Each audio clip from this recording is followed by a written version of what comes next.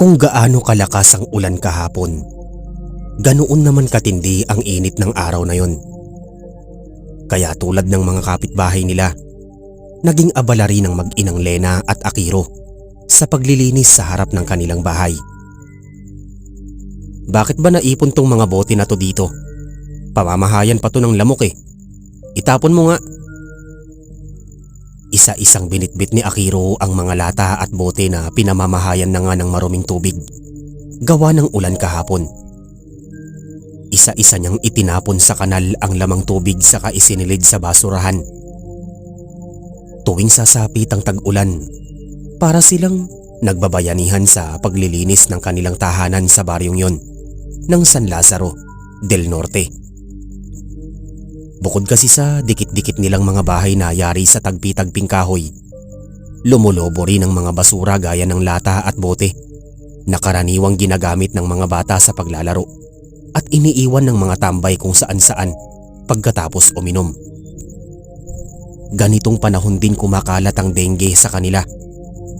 Kahit masipag naman sila maglinis, may mga tinatamaan pa rin ng sakit na nakukuha sa lamok o kaya'y sa ihi ng daga kapag baha. At dahil sa lagay ng kanilang komunidad na parang tambakan ng basura, sila ang palaging tinatamaan ng pinakamaraming kaso ng dengue at leptospirosis kada taon. Na-dengue na noong nakaraan si Akiro at ang ina niya, kaya iniiwasan nilang maulit yon. Ang hirap pa naman magkasakit, lalo na kapag walang pera. At lalong mas mahirap magbayad kapag ang pera ay galing din sa utang. Pagkapasok ng kwarto, nakita ni Akiro na kumakamot sa braso ang bunsong kapatid na si Arjo. "Nakagat ako ng lamok ya. Kunin mo nga yung pamahid doon." Utos nito na parang mas matanda pa sa kanya. "Kunin mo sa sala. Busy ako. Huwag mo kong utusan." Matigas ang tinig na sagot niya rito. May kinuha lang siya saglit sa kanyang mga gamit at lumabas din agad. Madalas silang hindi magkasundo ng kapatid. Lagi silang away-bati. Kung gaano kasi siya kabait, ganoon naman kapasaway si Arjo, lalo na kapag nasa labas. Lagi nga itong napapaaway sa mga kapwa bata. Ang lakas maghamon kapag napipikon. Sa kanya din naman nagsusumbong kapag napupuruhan. Sawang-sawa na siya sa kakatanggol dito, lalo na noong malaman niyang ito rin pala ang pasimuno sa mga away na pinapasok nito. Mula noon naging mainit na rin ang dugo niya rito. Hindi na niya ito sinasamahan kapag may nakakaaway ito. Bagkus ay siya pa ang unang namamalo dito kapag nakagawa ng panibagong kahambugan. Batid din ng kanilang ina kung gaano katigas ang ulo nito, kaya hindi na siya nito inaawat kapag dinidisiplina niya ang kapatid. Isa pa, hindi na rin gugustuhing matikman ni Arjo ang galit ng kanilang ina. Kapag kasi ito ang gumalaw, mas masahol pa roon ang aabutin nito. Pagsapit ng hapon, hindi na nagpaalam si Arjo sa nanay at kapatid. Dumiretso na siya sa labas ng bahay pagkatapos maligo para muling makipaglaro. Habang naglalakad, napadpad sila ng kasamang si Marvin sa bahagi ng kakahuyan kung saan may malaking bungkal ng lupa. "Ayan yung sinasabi nilang nahukay na lupa ng mga minero dito last week. May nakita raw silang kuweba sa ilalim niyan." Panimula ni Marvin sa kwento habang nakaturo ang kamay sa naturang lupa. "Di ba pagkatapos daw nilang maghukay meron daw lumabas dyan?" Pagkumpirma ni Arjo sa kaibigan habang nakaakbay dito. "Oo, meron nga raw. Hindi ko lang alam kung ano. Kasi iba-iba na yung naging kwento. Pero sabi ng tito ko, may umatake daw sa kanila kaya sila namatay lahat." Grabe no? Ano kaya yung umatake sa kanila? At saan naman kaya napunta yung mga yon? Siguradong nakalabas ang mga yon dyan. Yun ang hindi natin alam. Kaya nga ewan ko bakit hindi pa nagpapanik ang mga tao eh. Alam na nga nilang may namatay dito. Parang wala lang sa kanila. Dapat nga kumakalat na to sa mga balita eh. Pero parang ang tahimik pa rin. Sa lahat ng mga barkada ni Arjo, si Marvin talaga ang pinakagusto niya. Pareho kasi silang mahilig sa mga kwentong katatakutan. At tuwing magkakasama silang dalawa, ay lagi siya nitong binubusog ng mga istoryang nasasagap nito sa paligid, pati sa probinsya ng magulang nito. Gabi na nakauwi si Arjo.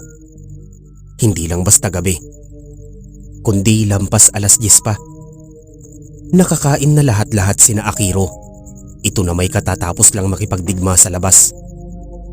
Umuwi na namang madungis at mabaho. Saan ka galing? Matigas muli ang tinig na usisa ni Akiro dito. Kahit lumaki siyang kalmado at maamo ang boses, napipilitan siyang magdiin ng tinig kapag kapatid ang kaharap dahil hindi ito nakukuha sa maayos na usapan. Medyo ginabi lang, sagot ni Arjo na parang kaedad lang ang kausap. Ginabi saan? Sa trabaho? Sarkastikong sagot niya. Daig mo pa ang empleyado sa schedule ng pag-uwi mo ah. Grade 4 ka pa lang naman.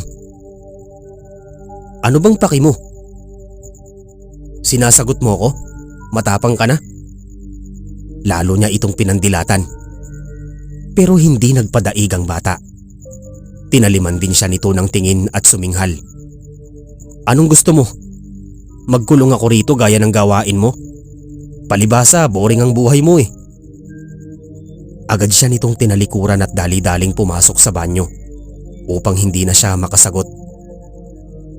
Nalukot na lamang ang noo niya sa mga sinabi ng kapatid. Marunong na rin itong sumagot at lumaban sa kanya na hindi naman nito gawain noon. Hoy bata ka! Biglang asik dito ng ina. Huwag kang sasagot-sagot ng ganyan ha.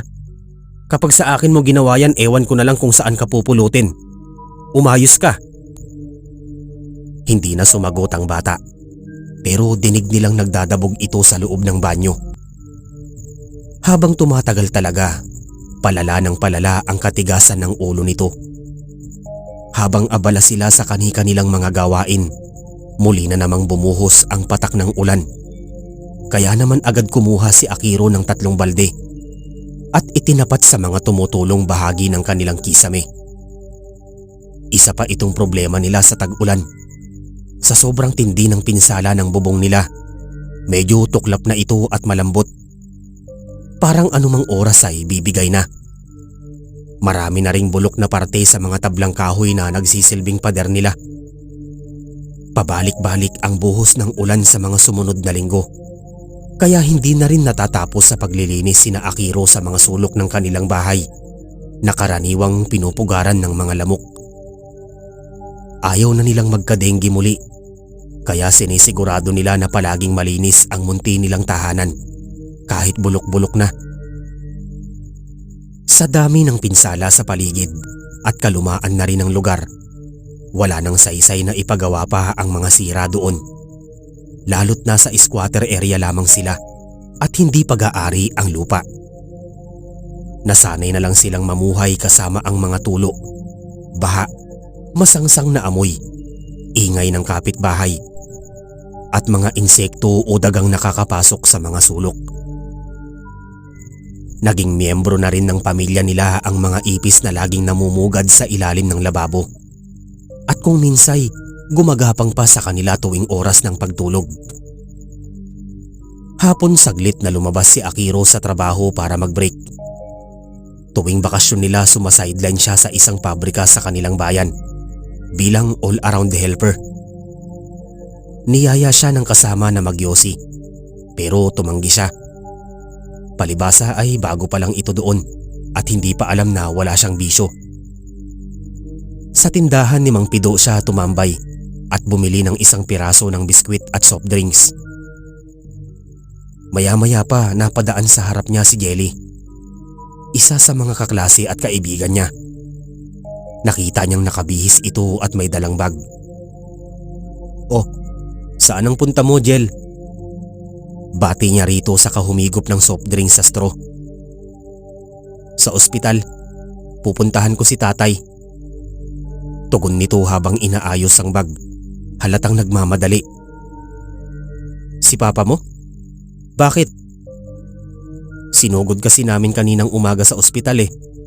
Sobrang taas ng lagnat tapos biglang nagwala. Ah, ganon? Kaya pala. Sige, balitaan mo na lang ako ah. Yun ang huling usap nila bago ito umalis. Ngunit kinabukasan, nagulat siya sa ibinalita ng babae. Patay na raw ang ama nito at kasalukuyan ng inaayos ang burol sa isang punerarya sa bayan. Isa ang ama nitong si Ernesto sa mga matalik na kaibigan ng kanyang ina. Ito rin ang nagpautang sa kanila noon sa mga gastos sa libing ng ama niyang nasawi sa aksidente. Kaya naman ng gabing yun ay dumalaw sila rito para makipaglamay. Pagkatapos sumilip sa kabaong, humanap sila ng pwesto sa isang tabi. Sa likod ay narinig nila ang usapan ng dalawang ali. Ayon sa isa, misteryo daw ang pagkamatay ni Ernesto. Wala raw makapagsabi sa eksaktong nangyari dito. Marami daw lumabas na resulta sa mga test na isinagawa rito. Ngunit, hindi matukoy kung alin doon ang totoo. At sa huling sandali daw ng buhay nito, nagwawala daw ito na parang sinasapian. Paulit-ulit din daw nitong isinigaw na may bago daw itong kinabibilangang pamilya at nagsisimula na raw silang magparami. Hindi na lang niya gaanong inintindi yun. Inisip niyang baka dulot lang yun ng mga komplikasyon sa kalusugan ng lalaki. Lalo't may edad na rin ito. Isang araw, dinapuan ng lagnat si Arjo. Napabili si Akiro ng gamot sa butika at bumili na rin ng ulam na may sabaw para sa kapatid. Oh, kumain ka na. Tapos inumin mo to bago ka humiga ulit. Inilapag niya sa tabi nito ang pagkain at gamot. Habang may sakit ang kapatid, nagpatuloy siya sa kanyang sideline sa pabrika para maibili ito ng ulam at gamot araw-araw. Doon niya nabalitaan sa mga katrabaho na sunod-sunod daw ang dinadapuan ng kakaibang sakit sa lugar nila. Marami daw ang biglang kinukumbulsyon, nagwawala at sumisigaw na parang may sapi. May iba ring nagiging balisa at nagbabago-bago ang emosyon sa katawan. Ang mas nakakapagtaka pa rito, lahat ng yun ay dinanas din ng ama ni Jelly, ayon sa mga kwento nito sa kanya doon sa burol. Nay, may kumakalat palang sakit ngayon. Yung sakit na dumapo kay Mang Ernesto, dumapo rin pala sa iba pang tao dito. Kaya dapat mag-ingat kayo. Lalo na yung kapatid mo na sobrang pasaway at ayaw masabihan. Sagot ni Lena sa kanya na mataas na naman ang boses dahil kay Arjo. Nilapitan din niya ang kapatid at tinanong, ano pa bang nararamdaman mo bukod sa lagnat? Wala na. Matipid nitong sagot habang nakatagilid ng higa. Kapag may iba kang naramdaman, magsabi ka agad ah. May kumakalat kasing sakit ngayon. Para madala ka namin agad sa emergency. Hindi na ito sumagot pa at pumikit na lamang. Halatang masama pa rin ang pakiramdam. Kahit ilang araw na nilang pinainom ng gamot. Ngunit sa paglipas ng ilang linggo, hindi nawala ang lagnat ni Arjo. Lalo pa itong lumala at nagsimula na ring makaramdam ng iba pang sintomas na hindi nila maintindihan. Kahit kapos sa pera, napilitan na silang isugod ito sa pinakamalapit na ospital. Ngunit okupado na raw ang napuntahan nila at pinalilipat na sila sa ibang tanggapan. Dumami din daw kasi ang mga taong isinusugod sa pasilidad na yon dahil sa kakaibang sakit na hindi matukoy kung saan nagmumula. Kaya naman napilitan silang dalhin ang bata sa mas malayong ospital na medyo may kamahalan na rin. Pagdating nila doon, marami ring mga pasyenteng may kaparehong karamdaman ni Arjo. Pero buti na lang, hindi pa nagkakapunuan kaya natanggap pa sila. Napilitang mangutang ng kanilang ina sa Bombay para lang may maipambayad sa ospital. Si Akiro naman ang laging naiiwan para magbantay sa kapatid. Kapansin-pansin ang malaking pagbabago sa kilos at pananalita ni Arjo. Medyo namumutla na rin ito at parang laging wala sa sarili. Isa pang napansin nila, parang lumalaki ang sugat nito sa bandang braso. Natatandaan niyang kinakamot pa yun ng kapatid noong magsabi ito na kinagat daw ito ng lamok. Pagkaraan ng ilang mga araw, inilabas ang resulta sa tunay na kalagayan ni Arjo. Labis silang nagulat ng ina sa mga sinabi ng doktor. May rabies daw sa katawan ng bata at umakyat na raw hanggang sa utak. Kaya pala ibang-iba na rin ang kilos nito at hindi na makausap. Takot na rin ito sa tubig at hangin, kaya kahit ramdam nito ang matinding pagkauhaw ay hindi rin makainom. Imposible. Hindi naman po nakagat ng aso ang anak ko. Paano siya magkakarabis? Naiiyak na sagot ni Lena sa doktor. Napilitan siyang alalayan ng ina dahil bigla itong nanlambot sa narinig. Actually, yun din po ang isa sa pinagtataka namin, ma'am. Mahinahong sagot ng doktor. We didn't find any signs of dog bites sa katawan ng bata. Pero may napansin kami na consistent din sa ibang patients. May maliliit silang kagat na mukhang insect bites. Pero nagdadarken at lumalaki after a few days. Nay, yun yung sinabi sa akin ni Arjo dati. Nakita ko kasi siyang kumakamot sa braso niya tapos sabi niya kagat daw ng lamok. Anas agad ni Akiro sa ina habang namimilog ang mga mata. Yan din po ang sinabi sa amin ng ibang pasyente noong conscious pa sila. They all claimed na nagsimula ang symptoms after the insect bites. So right now, we're studying if it's the same strain or infection vector. Ano pong ibig niyong sabihin? Tuluyan ng pumatak ang mga luha ni Lena.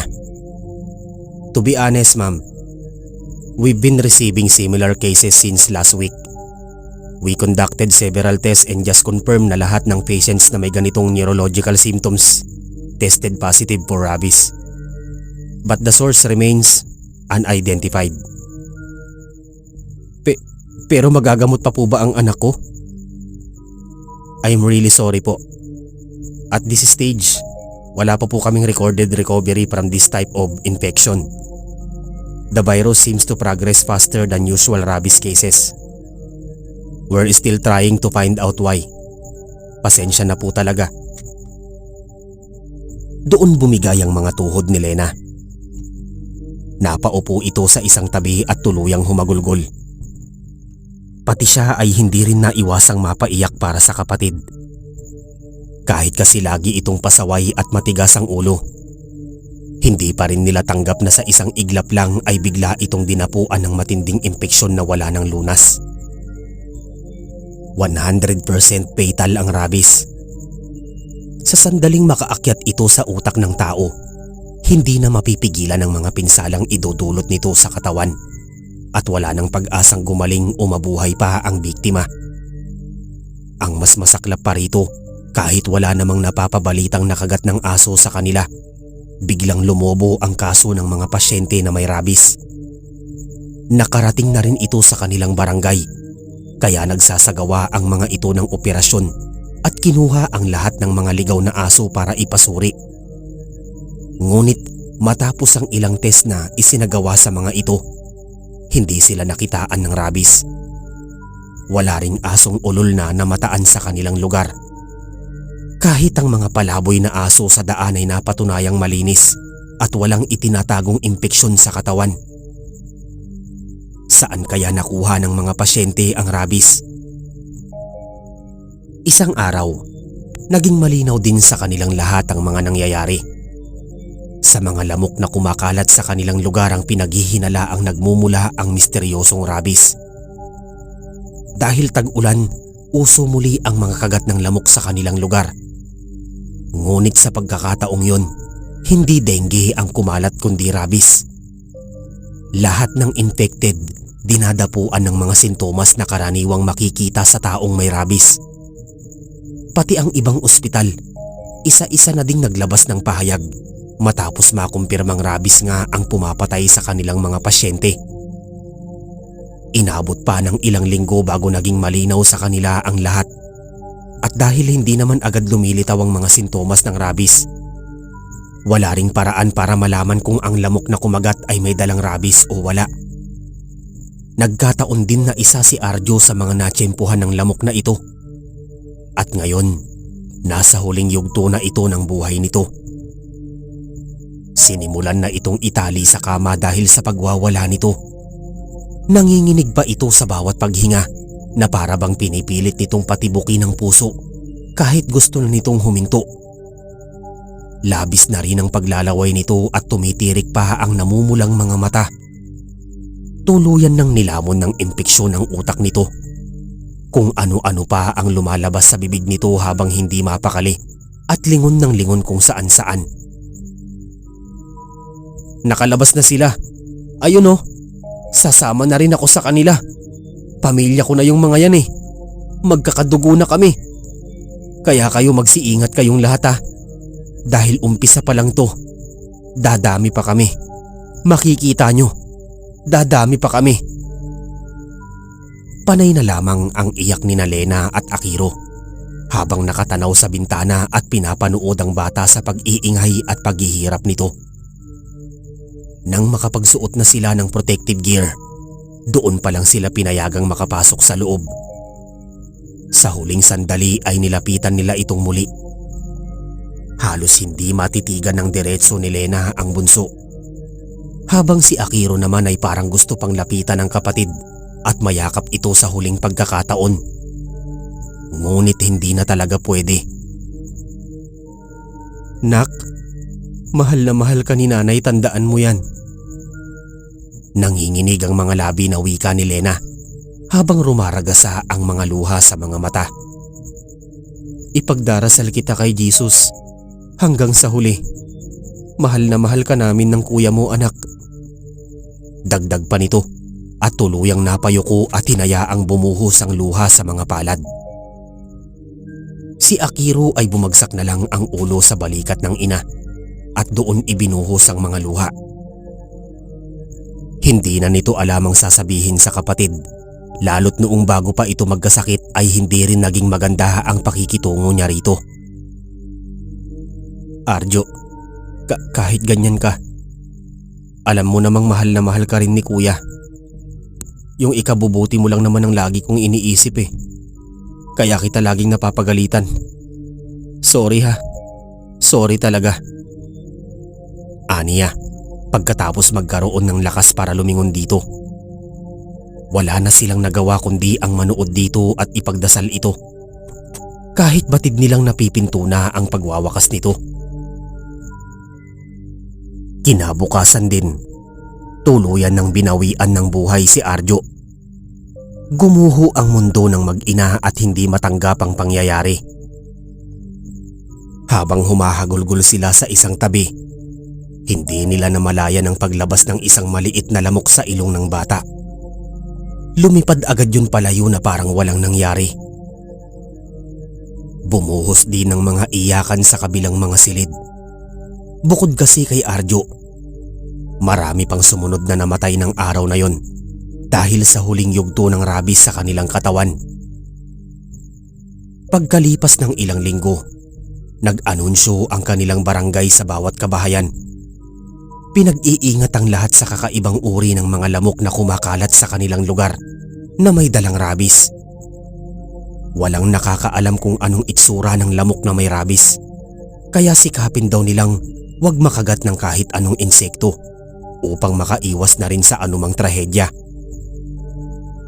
Pagkatapos mailibing ni Arjo, napilitang lumisan ni Akiro habang hindi paligtas ang kanilang lugar. Natatakot silang makagat ng lamok kaya nakitira muna sa malayong kamag-anak. Samantala, mula sa isang bungkal na lupa sa kakahuyan, muling nagsilabasa ng pagkarami-raming mga lamok. Ang iba'y nagsimula ng mapadpad. sa mga karatig na bayan.